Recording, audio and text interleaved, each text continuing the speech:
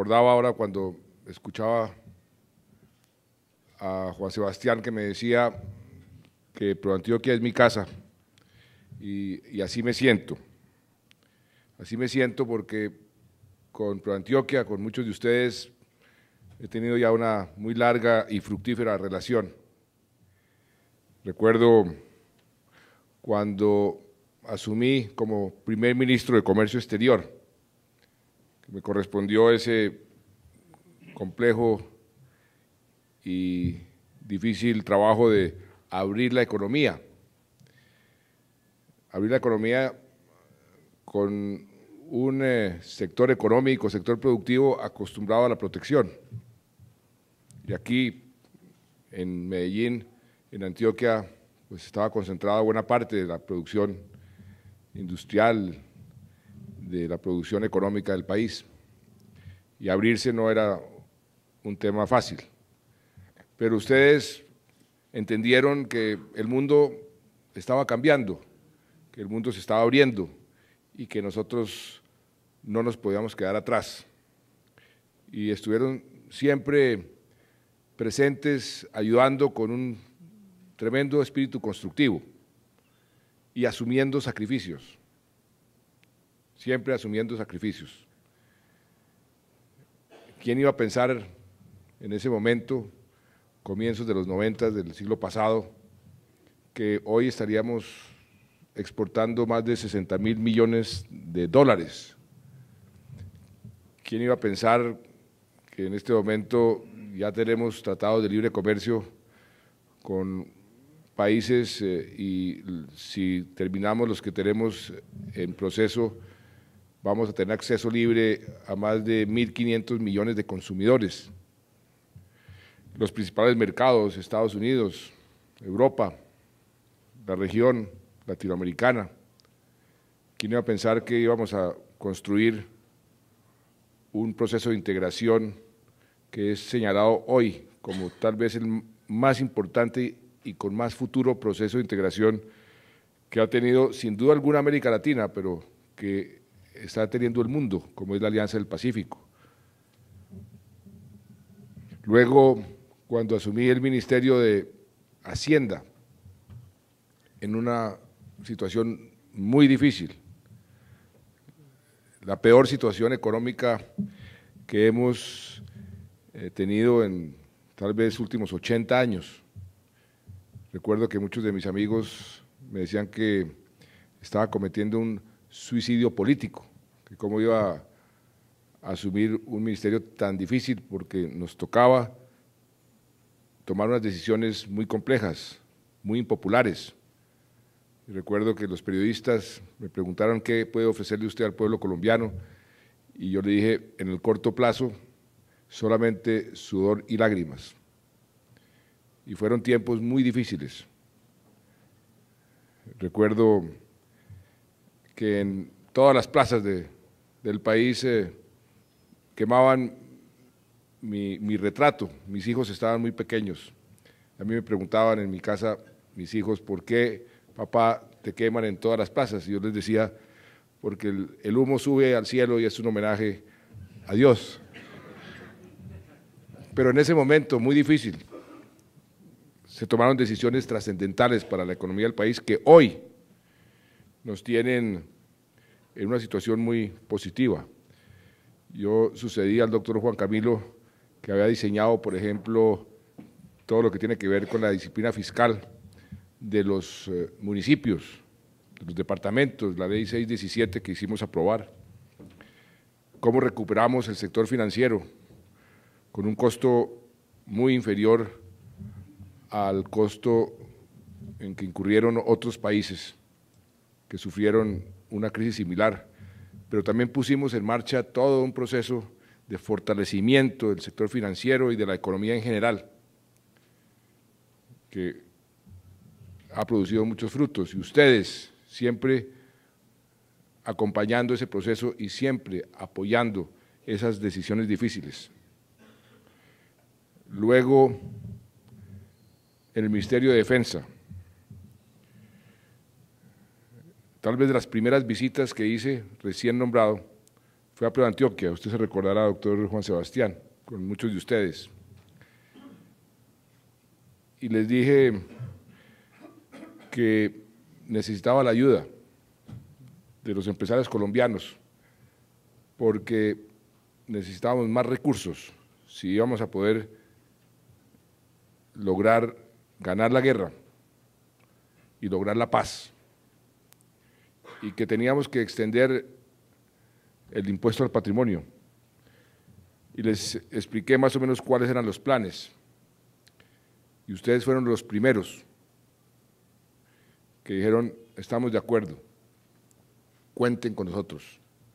Y recuerdo muy bien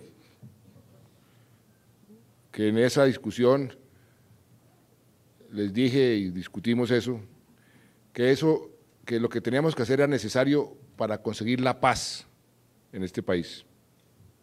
Desde entonces estábamos fortaleciendo las fuerzas militares para lograr la paz, porque cualquier guerra se libra es para eso, para lograr la paz.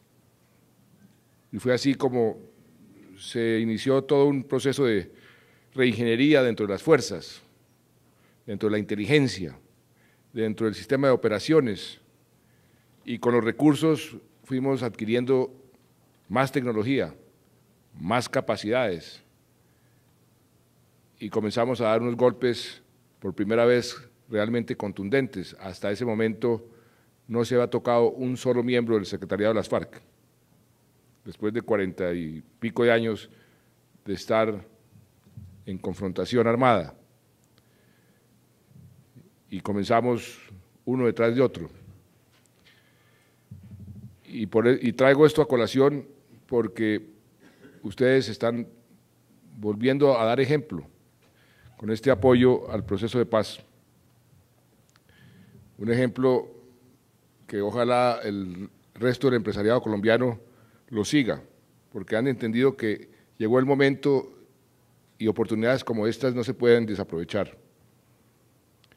Es precisamente, como usted lo dijo bien, Juan Sebastián, lo que ha venido haciendo nuestra fuerza pública, nuestros soldados, nuestros policías. Esta mañana estuve con ellos en una ceremonia muy particular. Hoy es el Día de las Víctimas, el Día de la solidaridad con las víctimas, que se estableció en la Ley de Víctimas y Restitución de Tierras, de la cual usted hizo mención. Y yo les decía a los soldados y a los policías que gracias a ellos podemos hoy hablar de paz, porque gracias a ellos los combates diarios en todas las regiones del país, en los páramos, en los ríos, en las selvas, en los mares, esos combates y el avance que hemos tenido nos han permitido hoy estar sentados allá en La Habana hablando de paz, y que es el momento de no bajar la guardia, porque cuando está uno con el puerto de destino ya a la vista es cuando más cuidado debe tener uno. Pero todo esto se debe al fortalecimiento de nuestras fuerzas, y ese fortalecimiento se dio en buena parte con el apoyo de ustedes. Por eso, en cierta forma, son ustedes también muy responsables de este gran paso que estamos dando en este momento. ¿Quién iba a pensar que el país hoy está viviendo lo que está viviendo? Y son cosas muy buenas. Esta mañana, o a mediodía, pusimos en marcha el proceso de precalificación de ni más ni menos la inversión más grande que se ha hecho en la historia de este país, aquí en Antioquia, lo que ustedes bien conocen, las autopistas de la prosperidad. Decíamos, la inversión más grande en vías que se está haciendo en el mundo, y la segunda más grande en conectividad, 13 billones de pesos. Unas vías con especificaciones estado del arte, Suiza, Italia, Francia, ahora Antioquia. ¿Quién iba a pensar que una inversión de esa naturaleza y de esa dimensión podía ser posible en nuestro país. Pues lo es, pero no solo eso. Ayer recibimos las ofertas en la precalificación también de otro gran proyecto que va a tener una enorme incidencia en la competitividad del país, en el desarrollo del país, que ha sido un sueño de mucha gente hace muchos años, desde la época de Simón Bolívar, porque fue un sueño de Bolívar, convertir el río Magdalena en una verdadera arteria, y vamos a entregar en concesión el río. Se presentaron 9 proponentes de diversos países, empresas muy importantes, porque hay un inmenso interés en Colombia. ¿Quién iba a pensar cuando estábamos en la crisis del Ministerio de Hacienda, donde estaban los mercados prácticamente cerrados? Me acuerdo, doctor Juan Camilo, los spreads estaban por encima de 1000, que hoy tenemos el crédito más barato en toda nuestra historia y podemos conseguir recursos a un interés más bajo que la inmensa mayoría de los países europeos y de los países latinoamericanos. ¿Quién iba a pensar que luego de semejantes dificultades nosotros volviéramos a recuperar el grado de inversión y nos convirtiéramos en un país con una inversión tan alta que hoy podemos decir que tenemos el porcentaje de inversión más alto frente al tamaño de la economía de toda América Latina, lo cual es una garantía de crecimiento hacia el futuro? En fin, tenemos un país que va por buen camino, que tiene una economía sólida, que tiene unas políticas públicas muy bien diseñadas y que están en un proceso de mejoramiento continuo.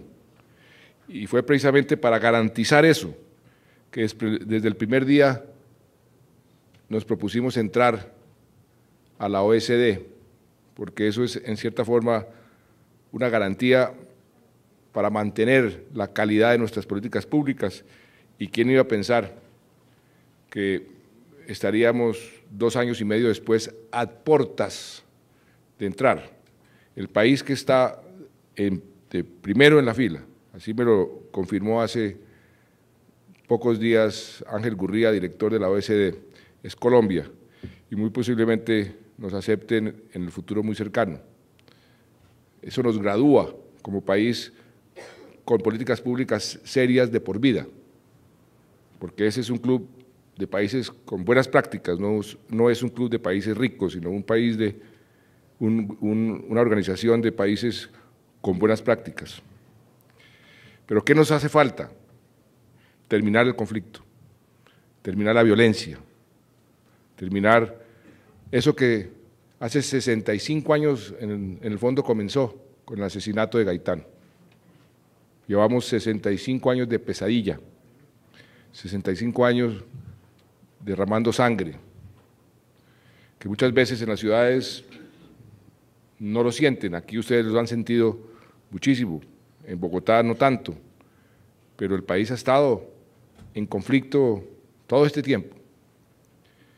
Y gracias a todo este esfuerzo, y gracias a lo que se ha hecho con las fuerzas militares, al avance que hemos tenido, hoy podemos hablar de paz. Y por eso valoro tanto, y es un buen momento que aquí en ProAntioquia reciba este espaldarazo para este proceso, porque todos los espaldarazos que ustedes me han dado han tenido buenos resultados. Nos traen suerte, nos traen, como dicen, un buen espíritu. Y creo que además es muy oportuno, porque realmente tenemos muy buenas posibilidades, no hay garantías. Yo he sido siempre escéptico y entré a este proceso con un alto grado, una alta dosis de escepticismo. Estos bandidos nos han engañado demasiadas veces, pero las cosas cambian, las circunstancias cambian. El país hoy es diferente al país que teníamos hace unos años. La correlación de fuerzas es diferente. Tenemos hoy, nuevamente gracias a ustedes, las mejores Fuerzas Armadas de nuestra historia. La Fuerza Aérea está mejor equipada que nunca, la Armada lo mismo, el Ejército, la Policía, y eso es algo nuevo frente a lo que teníamos, por ejemplo, en la época del Caguán. Por eso, ahora son ellos los que nos piden cese al fuego, y nosotros les decimos no, ningún cese al fuego, ningún tipo de concesión hasta que lleguemos al final. Nos podemos dar ese lujo porque el país ha cambiado, porque la correlación de fuerzas ha cambiado. Y yo tomé esta decisión haciendo una reflexión muy elemental, pero muy profunda. Si existen las condiciones, si las circunstancias se dan para poder terminar este conflicto después de 65 años, ¿cómo me juzgaría la historia si no arriesgo, si no tomo esa decisión? Y la tomé a conciencia de que iba a ser difícil, a conciencia de que iba a haber muchos enemigos, a conciencia de que iba a haber mucha incomprensión, sobre todo por haber decidido como una condición del proceso de conversar en medio del conflicto. Pero eso también fue muy pensado, fue muy analizado, porque la experiencia nos ha demostrado que los ceses al fuego temporales siempre van en contra del Estado, en contra del gobierno y a favor de la guerrilla. Y que ya que la correlación de fuerzas está a nuestro favor en materia militar, entonces aquí no podemos bajar la guardia un solo instante. E iniciamos el proceso. La gente se pregunta, pero ¿cómo así que están hablando allá en La Habana y mire lo que está pasando aquí? Nos están asesinando soldados, nos están asesinando policías, se están atacando los pueblos. La gente se pregunta con razón y a veces se confunde. Y hay que repetirles una y mil veces, esas son las condiciones que nosotros impusimos para lograr llegar a esa paz más pronto. Si hacemos concesiones de cese al fuego, se prolonga este proceso indefinidamente, como ha sucedido en el pasado. Algunos quieren aprovechar esto políticamente. La confusión genera también dividendos políticos, pero ahí seguiremos con nuestro puerto destino y perseverando, porque esa es la forma de lograr los objetivos. Y me pareció que podíamos aprovechar esta oportunidad que ustedes generosamente me han dado para hablarles, para que los propios negociadores y el propio doctor Humberto de la Calle, aquí están todos los negociadores, yo quiero agradecerles a ustedes también ese voto de confianza que le han dado al doctor Luis Carlos Villegas como uno de los plenipotenciarios, que ha sido clave en este proceso y seguirá siendo clave.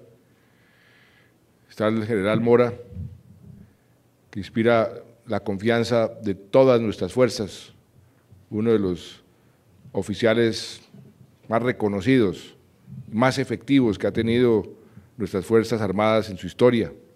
Está otro gran oficial, el general Naranjo, como parte de esta delegación, y están dos personas que conocen el proceso y conocen estas materias muy bien, el antiguo comisionado del presidente Uribe, Frank Pearl, un empresario que ustedes también conocen, y nuestro alto comisionado para la paz, Sergio Jaramillo, que ha venido trabajando esto también hace mucho tiempo.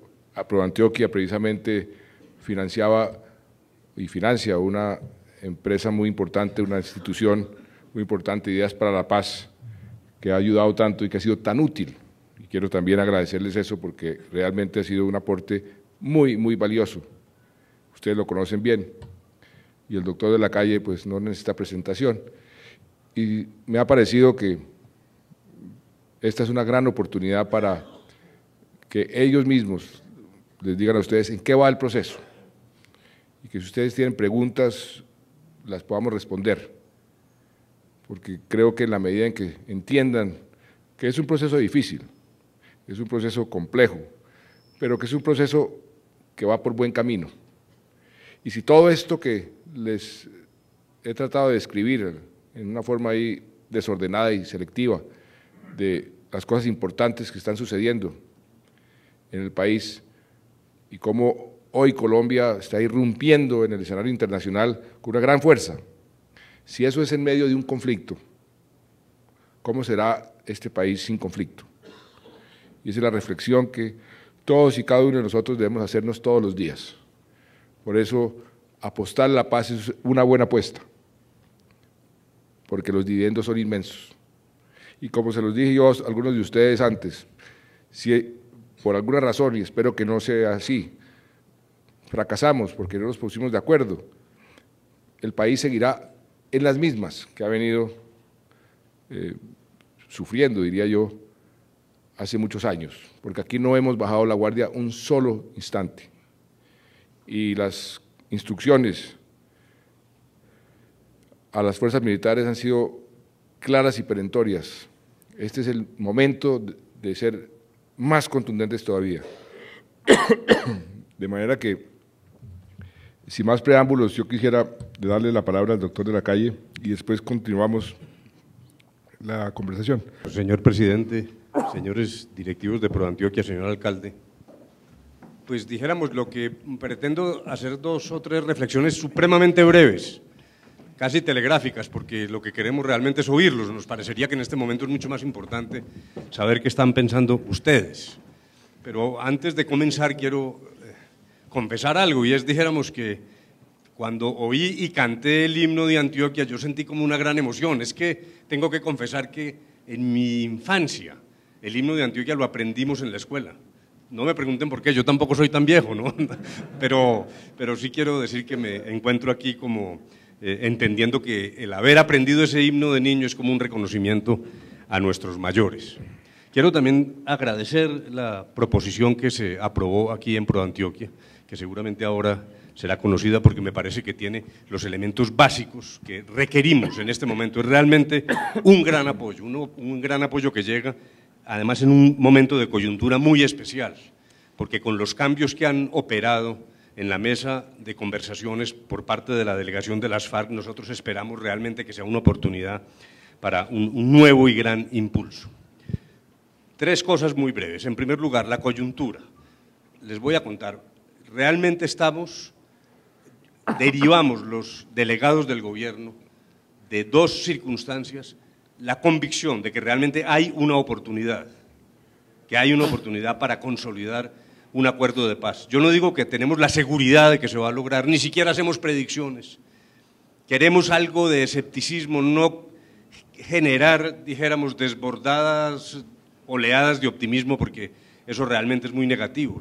Este tipo de procesos es muy complejo y también se puede dañar, pero la verdad es que hay oportunidad y eso lo extractamos de mirar a esos señores a los ojos, al frente de nosotros, pero también de las circunstancias estructurales a las cuales ha aludido varias veces el presidente de la República, y no las voy a repetir, en el entorno internacional, en la manera como la izquierda está entendiendo que el anacronismo de la lucha armada ya no se sostiene, en la relación militar, que implica que la iniciativa está de parte del Estado y de manera irreversible. Luego hay, dijéramos, demasiados elementos que yo llamaría humanos, pero también objetivos estructurales para albergar la idea de que es posible. Y de hecho hemos venido moviéndonos, quisiéramos que con más velocidad, pero en medio de las circunstancias, hacia la búsqueda de acuerdos. Hay caminos de acuerdos, hay borradores de acuerdos, hay, dijéramos, documentos que muestran que particularmente en el tema agrario se ha caminado bien,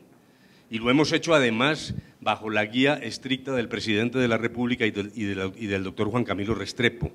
Dijéramos, la tarea nuestra no es inventarnos allá nuevas figuras, sino cumplir. Nosotros somos herramientas del gobierno para llevar un mensaje a esa mesa de conversaciones. Faltan cosas, evidentemente, Todavía las FARC a veces se reservan, les resurgen como esas viejas ideas estalinistas de hace 50 años y de pronto reaparecen, pero aún en medio de las vicisitudes propias de una negociación de esta naturaleza, queremos transmitir a ustedes que, dijéramos, el punto más difícil desde la perspectiva política e ideológica de todo el esquema del punto primero, que es el de desarrollo agrario integral, es decir, lo que tiene que ver con acceso y uso de la tierra, que es donde está, dijéramos, donde se vuelcan las grandes diferencias y confrontaciones políticas, realmente estamos a punto de terminarlo. Lo que falta allí son desarrollos más de carácter cuantitativo, de una discusión convencional sobre salud, educación, es decir, escalamiento de la inversión, bienes públicos para los campesinos. Esas son discusiones más clásicas, en términos de, dijéramos, la posibilidad de aproximarse a unos puntos medios. Nosotros creemos que hemos pasado el Rubicón en materia de desarrollo agrario integral. Esto es, que en cuanto al acceso a la tierra, particularmente tierra para campesinos que no la poseen o que la poseen de manera insuficiente, y los elementos para lograr un uso más productivo de la tierra, nosotros creemos que realmente hemos pasado lo más difícil. Y para dar solo unas ideas muy generales, primero, yo quiero darles a ustedes la garantía de que bajo la dirección del gobierno nos hemos movido estrictamente dentro del campo de un Estado de derecho occidental convencional, o sea, allá no estamos inventándonos nada que se parezca a la República de los Soviets, ni coljoses, ni explotaciones colectivas. Estamos trabajando con una visión progresista, claro está, de transformación del campo, dirigida a lograr la convergencia ciudad-campo, entendiendo que en muchos aspectos el campo se ha deteriorado, que exige una gran inversión, que Colombia no ha hecho la tarea de la transformación agraria, que tiene que hacerla, que sus vecinos ya la hicieron, pero ese esquema nos ha permitido movernos dentro, dijéramos, de las figuras clásicas del derecho agrario, con una perspectiva de progreso que corresponde exactamente a la agenda del gobierno, algo que se les ha dicho claramente a las FARC. Para ustedes esto realmente no es una negociación, es una oportunidad. El tren está arrancando, ustedes pueden subirse allí y participar del resultado, o no hacerlo. Es sencillamente una opción que tienen que tomar. Luego, estamos seguros de que no se ha cometido allí ningún sacrilegio. Esa palabra la tomo de Luis Carlos Villegas. Un día decía, yo como dirigente gremial no me arrepiento de una sola de las palabras que se ha consignado en esos documentos. Y cada palabra de esas ha sido consultada con Juan Camilo Restrepo. Dijéramos, tenemos una gran tranquilidad en eso. La idea es que sí es necesaria una política de fomento para el campesino pobre, pero preservando también las opciones de la gran empresa agroindustrial. Colombia no puede apartarse de eso, lo están haciendo nuestros vecinos y nada en el acuerdo impediría una acción de esa naturaleza. Las zonas de reserva campesina, por poner un ejemplo, que tomaron tanta notoriedad, incluso yo creo que desmesurada. Las FARC naturalmente hablan de autonomía, de instituciones separadas, de la obligación de consultar a estas horas. Nosotros nos estamos moviendo en un plano muy distinto, lo definió muy bien el ministro de Agricultura en algún momento. Nosotros estamos trabajando sobre la base de que sí es necesario canalizar territorialmente el esfuerzo del Estado, que las zonas de reserva campesina pueden ser instrumentos para preservar no solo los derechos de los campesinos, sino también el gran esfuerzo presupuestal y fiscal del Estado, pero sin ningún tipo de esas autonomías que pretenden asimilarlas a los resguardos indígenas que sociológica y antropológicamente no tienen nada que ver con los campesinos. Para el gobierno, además, desde el punto de vista de la filosofía política, un campesino, así sea un campesino pobre, sencillamente es un ciudadano. Nosotros no vamos a permitir guetos de campesinos con propósitos políticos. Del mismo modo, claro que hay discusiones, en ocasiones las FARC tratan de ampliar la agenda, enhorabuena, pactada en el Acuerdo General de La Habana, que lo condujo Sergio Jaramillo y Frank Per. Me parece que en eso ustedes lo vieron desde el discurso de Oslo, cierto deseo de plantear los temas mineros, de modelo de desarrollo económico, eso no va a pasar y realmente estamos moviéndonos estrictamente en la agenda, que es una agenda sistemática. Cada punto explica el otro, todos se explican entre sí y que tiene como único propósito terminar el conflicto, para abrir una esfera nueva, una nueva fase de desarrollo para implementar una paz estable y duradera. En ese sentido, lo que queremos decir, y esta es entre las muchas diferencias con el pasado, yo diría que esta es la más importante. No es que unas FARC armadas van llamando a posiciones, como decíamos los viejos abogados, al Estado a ver si cumplen tales o cuales requisitos, como un estudiante presentando el examen del ICFES. No, nosotros terminamos el conflicto, comienza la ejecución simultánea de las obligaciones mutuas, lo que implica la desmovilización simultánea de las FARC. Por lo tanto, nosotros realmente creemos, repito y abrevio, en que hay una posibilidad. Confiamos en que la posibilidad del cambio que surja de la mesa es positivo para Colombia. Y aquí simplemente quiero subrayar algo que dijo el presidente Santos. Colocado el presidente ante la certeza, porque esto es una certeza, no es simplemente una percepción subjetiva, de la posibilidad, no de la seguridad de un acuerdo, pero sí de la posibilidad. Nosotros sí creemos que no había duda moral, ética, sobre lo que había que hacer.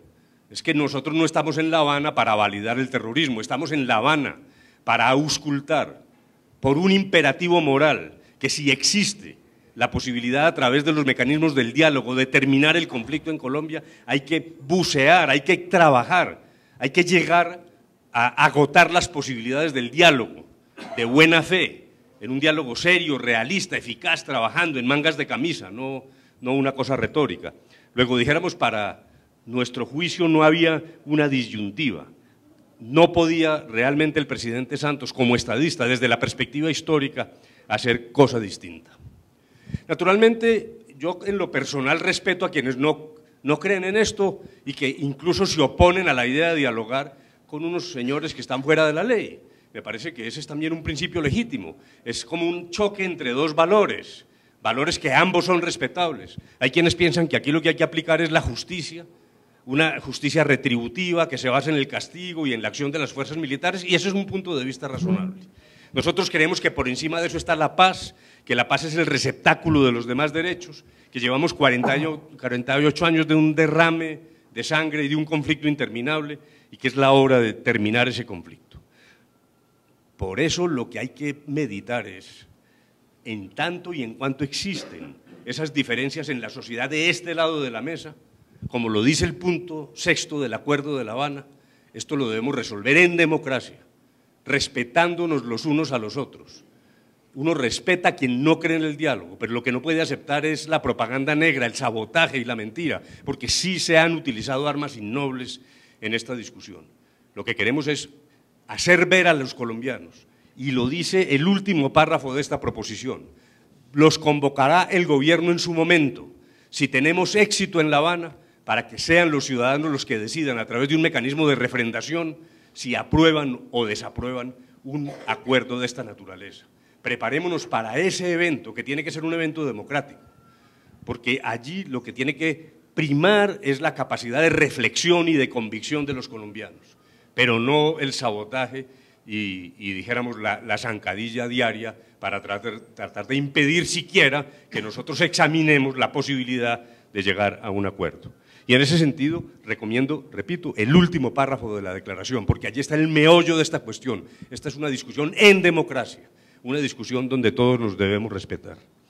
Y con esto termino. Lo que históricamente sí no le puede pasar a Colombia, porque realmente sería un sacrilegio, es que si por ventura logramos un acuerdo con las FARC, ese acuerdo se haga inviable por discusiones internas de este lado de la mesa, de quienes estamos desarmados. Eso es inaceptable. El compromiso de todos los colombianos en paz es que seamos capaces de resolver nuestras diferencias. No se puede frustrar el diálogo de La Habana sencillamente por rencillas de carácter político partidista. Con eso termino, señor presidente.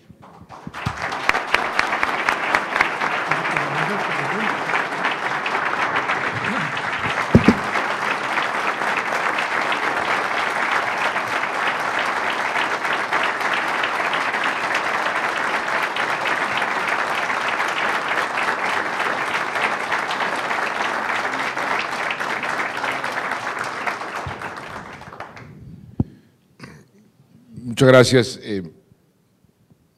No sé si alguien tenga alguna pregunta quiere hacer alguna reflexión, porque yo quería, después de esta intervención del doctor de la Calle, también terminar con algo más coyuntural, porque muchos de ustedes podrán estar preguntando, bueno, esto está muy bien, pero ¿qué está haciendo el gobierno en el corto plazo?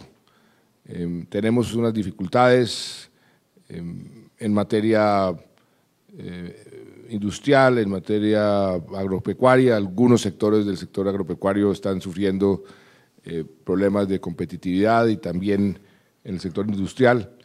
Y quería simplemente decirles que ahí en ese frente, como lo hemos anunciado con el señor ministro de Hacienda, que está aquí presente, el señor ministro de Comercio, Industria y Turismo, que también está aquí presente, y la doctora Catalina Crane, que también está aquí presente.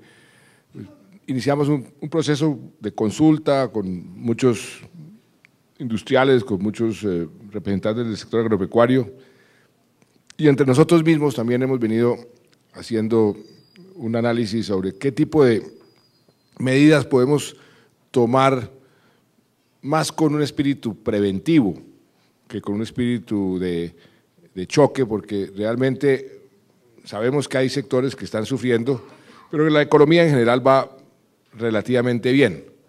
La economía no requiere un plan de choque como se conoce tradicionalmente, pero sí nos pareció que era oportuno, y siempre en las políticas públicas, puede ser la salud, puede ser en la propia política militar, soldado prevenido no muere en guerra, siempre la prevención es más efectiva y más barata.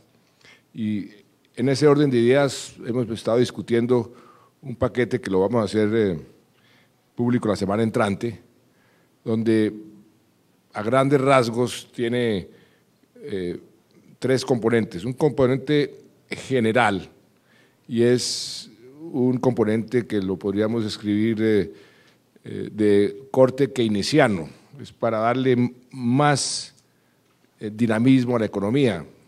¿Qué podemos anticipar, por ejemplo, en materia de inversiones que estaban previstas para el año entrante o de aquí a 2 o 3 años, que las podamos anticipar para iniciarlas ya? ¿Qué otro tipo de medidas podemos hacer de tipo transversal en materia de tasa de cambio, en materia de competitividad en general?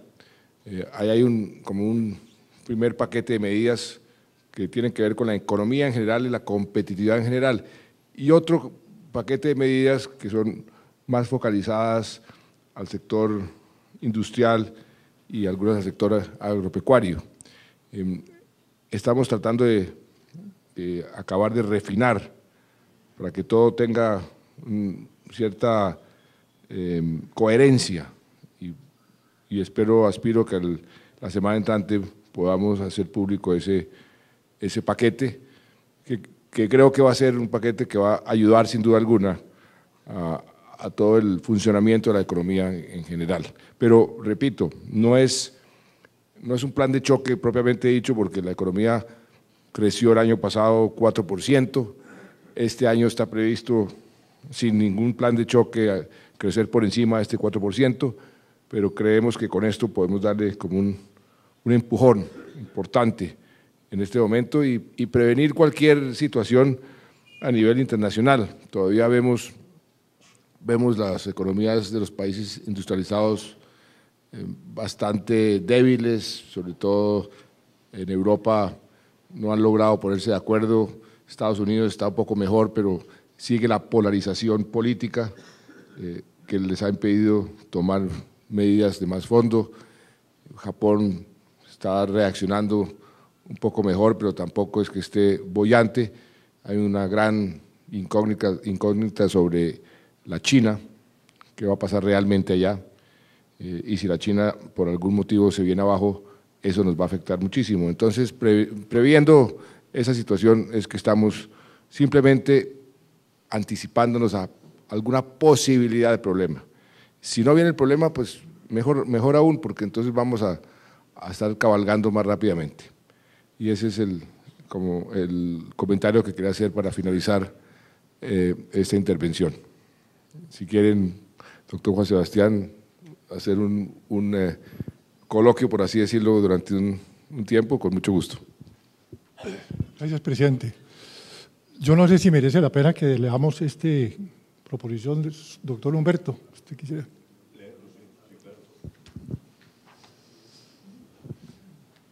Proposición aprobada en la Asamblea Ordinaria de Proantioquia, fecha abril 9 del 2013, Club Unión de Medellín. La Asamblea Ordinaria de Proantioquia, reunida el día de hoy, 9 de abril de 2013, en Medellín, expresa su apoyo a los esfuerzos que hace el Gobierno Nacional a través de sus delegados, encabezados por el doctor Humberto de la Calle Lombana, para que con las conversaciones que se llevan a cabo en la ciudad de La Habana con delegados de las FARC, se pueda dar por finalizado el conflicto armado que padece el país desde 1964. Superar ese capítulo de nuestra historia es suficientemente importante para lograr de una parte frenar el número de víctimas, desplazamientos y pobreza que ha generado, poner en el alto relieve el dolor de las víctimas y buscar su reparación. Agradecer la labor de las Fuerzas Armadas y de Policía por su lucha sin descanso, quienes a su vez han incrementado el número de muertos y heridos, discapacitados, pero ellos también merecen la paz. Si superamos con inteligencia y grandeza este trágico periodo, podemos dedicarnos a devolverle al mundo rural su importancia real, fortalecer sus instituciones, dignificar al campesino, al obrero y al empresario para alcanzar así un sector rural moderno. Igualmente, la totalidad de los colombianos, empresarios, industriales, comerciantes, educadores, estudiantes, mujeres, trabajadores, comunidades afrocolombianas, indígenas y comunidades religiosas, se beneficiarían de una sociedad en paz que pueda crecer social y económicamente a un ritmo más acorde a sus recursos humanos y naturales. No les podemos negar a los colombianos la posibilidad de pronunciarse sobre lo que se acuerde en la capital cubana y apoyamos las decisiones que el Gobierno Nacional del presidente Santos tome en cualquier dirección dentro de este proceso. Doctor Nicanor Restrepo, presidente del Consejo Directivo, y Juan Sebastián Betancourt, presidente ejecutivo.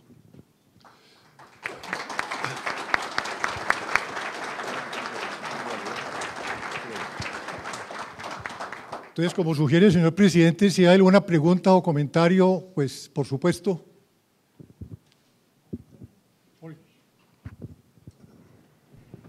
Por favor, te presentas y… Gracias.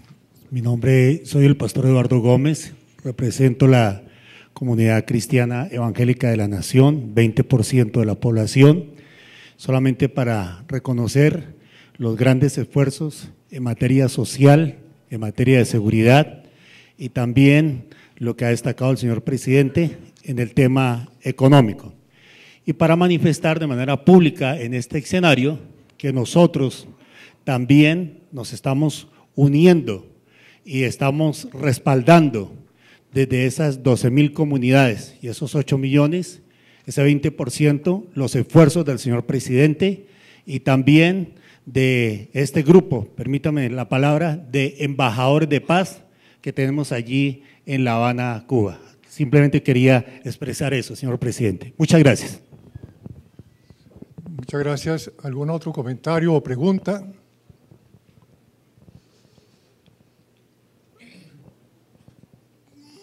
Presidente, entiendo por el aplauso que se dio tanto el doctor Humberto de la Calle como esta proposición, que aquí tiene un respaldo elocuente y sin esguinces.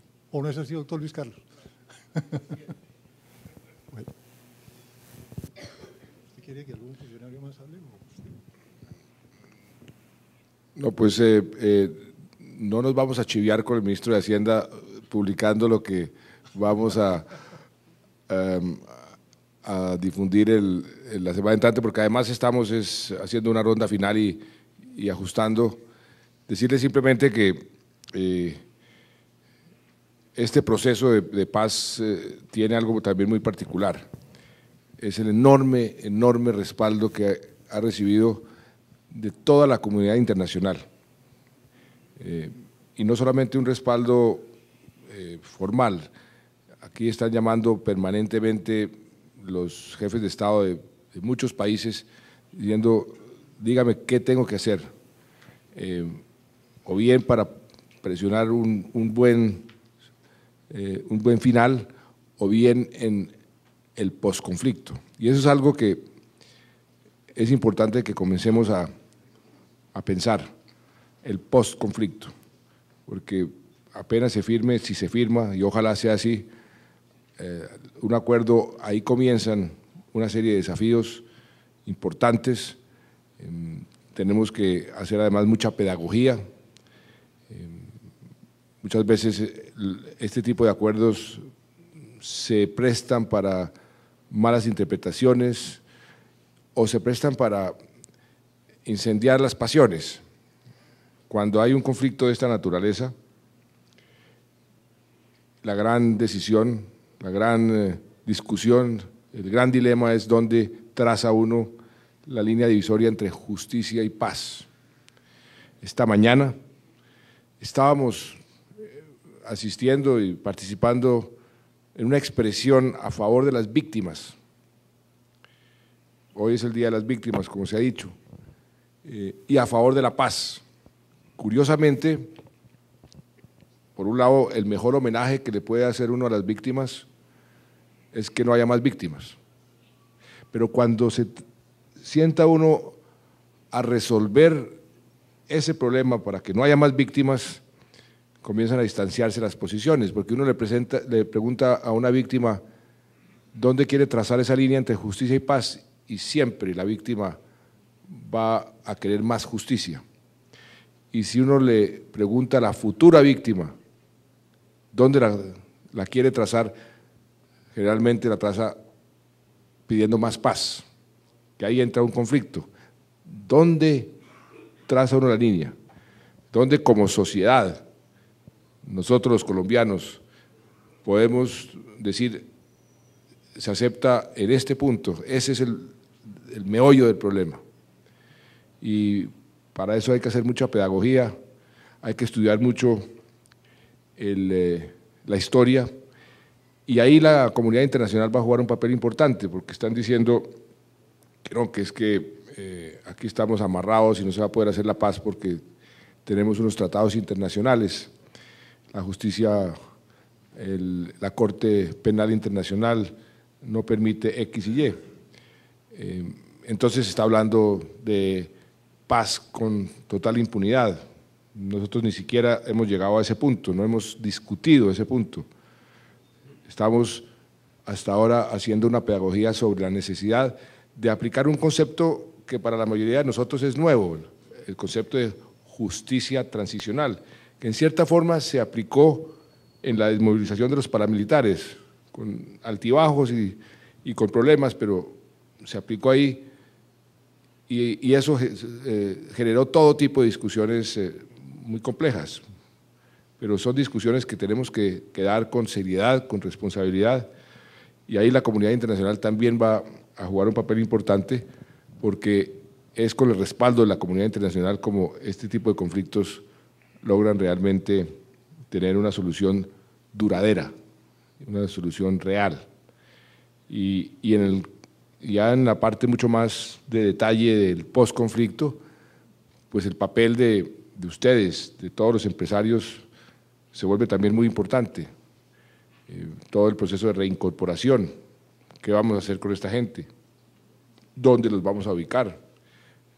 Esas discusiones son complejas. Vamos a repetir el proceso que hicimos con los paramilitares o aprendamos de esos procesos y no dejemos suelto a tanta gente, porque parte de los problemas que tenemos hoy en día en materia de seguridad en otros frentes es porque dejamos suelto a todos esos desmovilizados y se han convertido en especie de carne de cañón para todos estos grupos delincuenciales y para el narcotráfico. Pues les resulta mucho más barato reclutarlos y ponerlos a funcionar con la mentalidad y el entrenamiento que recibieron en el pasado. Todo eso tiene que servirnos a nosotros de lección, y por eso desde ya discusiones sobre estos temas son bien importantes. Ahí con muchos gobernadores y alcaldes estamos hablando ellos también van a jugar un papel importante. Antioquia jugó un papel muy importante y ha jugado un papel muy importante en la reinserción, con experiencias, unas muy buenas, otras no tan buenas, pero de todo eso tenemos que aprender. y por eso yo valoro tanto la comunidad internacional, porque las experiencias internacionales también son supremamente útiles para poder darle una solución integral a este problema y a este desafío. De manera que, nuevamente, muchas gracias por este respaldo, es muy oportuno. Hoy es un día realmente muy especial, es el primer día donde se está celebrando la conmemoración a las víctimas después de aprobar una ley histórica que fue la ley de reparación de las víctimas y restitución de tierras. Ya se han reparado más de 170.000 víctimas. Esperamos al final de este año haber reparado más de 260.000. Ese es un proceso necesario para poder hacer que, si llegamos a esos acuerdos en La Habana, la paz sea duradera, en la medida en que podamos ir cerrando heridas y borrando resentimientos y borrando odios y fomentando la reconciliación. Eso no se hace de la noche a la mañana. Por eso decidimos comenzar, inclusive antes de finalizar el conflicto, de acabar con el conflicto. Primer país en la historia de la humanidad que hace algo así, que comienza a reparar a las víctimas antes de que el conflicto haya terminado. Pero creemos, nuevamente anticipándonos, que es un proceso que nos va a facilitar esa transición positiva, positivísima, si logramos esos acuerdos. Y repito, ahí todos tenemos que estar trabajando coordinadamente, el Estado, el sector privado, las universidades, todos los sectores de la sociedad tenemos que estar trabajando en forma coordinada. Por eso mi llamado permanente a la unidad. Como decía el doctor Humberto de la Calle, sería realmente un sacrilegio que por falta de unidad nosotros vayamos a fracasar en semejante oportunidad que tenemos. Nunca creo que las circunstancias han estado tan positivas para dar ese paso. Y hoy que estamos conmemorando también los 65 años del asesinato de Gaitán, que fue lo que desató una violencia que no ha terminado, infortunadamente. De pronto, 65 años después, podemos desatar un proceso totalmente contrario. Ojalá 65 años o mucho más de paz. Y Colombia tiene todo para que en paz podamos progresar con mucha más fuerza y con mucho más ímpetu. Muchas gracias.